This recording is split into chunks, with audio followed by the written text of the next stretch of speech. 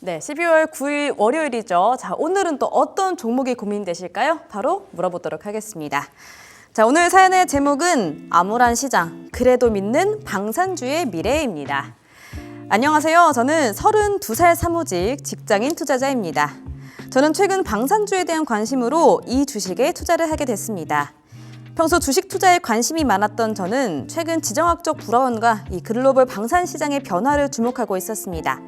특히 러시아, 우크라이나 전쟁 이후 방산 산업의 중요성이 굉장히 커졌잖아요. 그러면서 눈길을 주게 됐죠.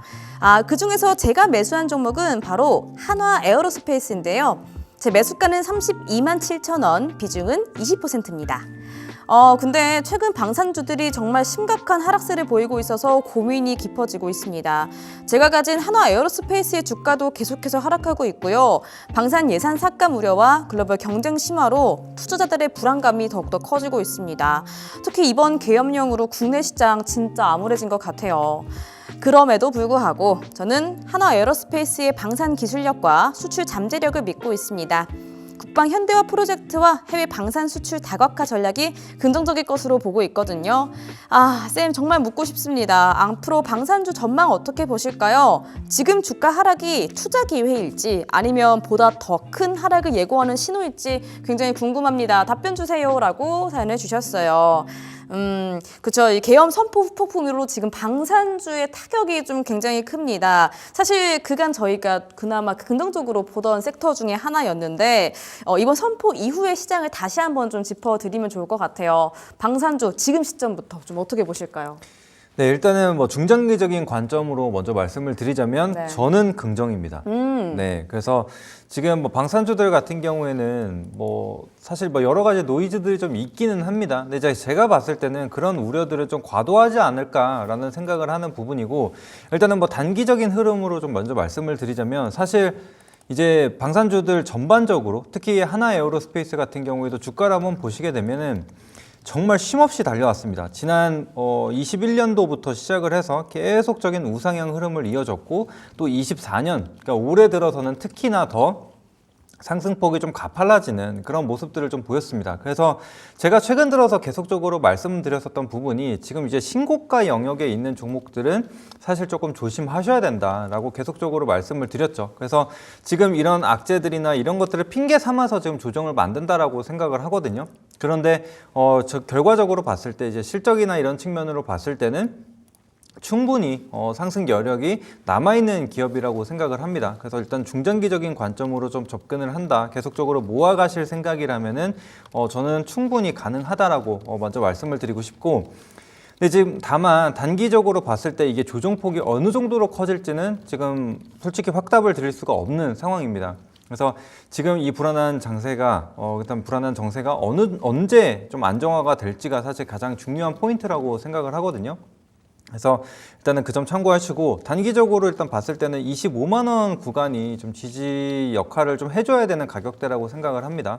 그래서 만약에 이 구간에서 좀 지켜준다라고 한다면은 바로 우리가 추가 매수까지도 접근을 해볼 수 있다라고 생각을 하는데, 만약에 25만 원 구간까지 내려갔을 때도 시장 자체가 좀 불안한 그런 모습들을 계속적으로 보여준다라고 한다면은 조금 더 기다려 주시는 게 맞습니다. 그래서 지금 25만 원이라고 하면 매수가가 지금 32만 원대라고 말씀을 하셨기 때문에 맞아요. 사실 그 구간만 하더라도 뭐 20% 후반대에 손실률이 발생을 하거든요. 그래서 내가 만약에 판단을 했을 때 내가 그 정도의 조정을 견딜 수가 있을까라는 생각을 해보시고, 만약에 가능하다라고 한다면 그대로 가져가 보시되, 만약에 나는 그게 좀 부담스럽다라고 한다면 지금 비중이 20%시기 때문에 일단은 1차적으로 비중을 한 차례 축소를 해두신 다음에 그 다음에 지지를 보고 다시금 늘려가는 방향으로 한번 보시는 것을 권장드리고 싶습니다.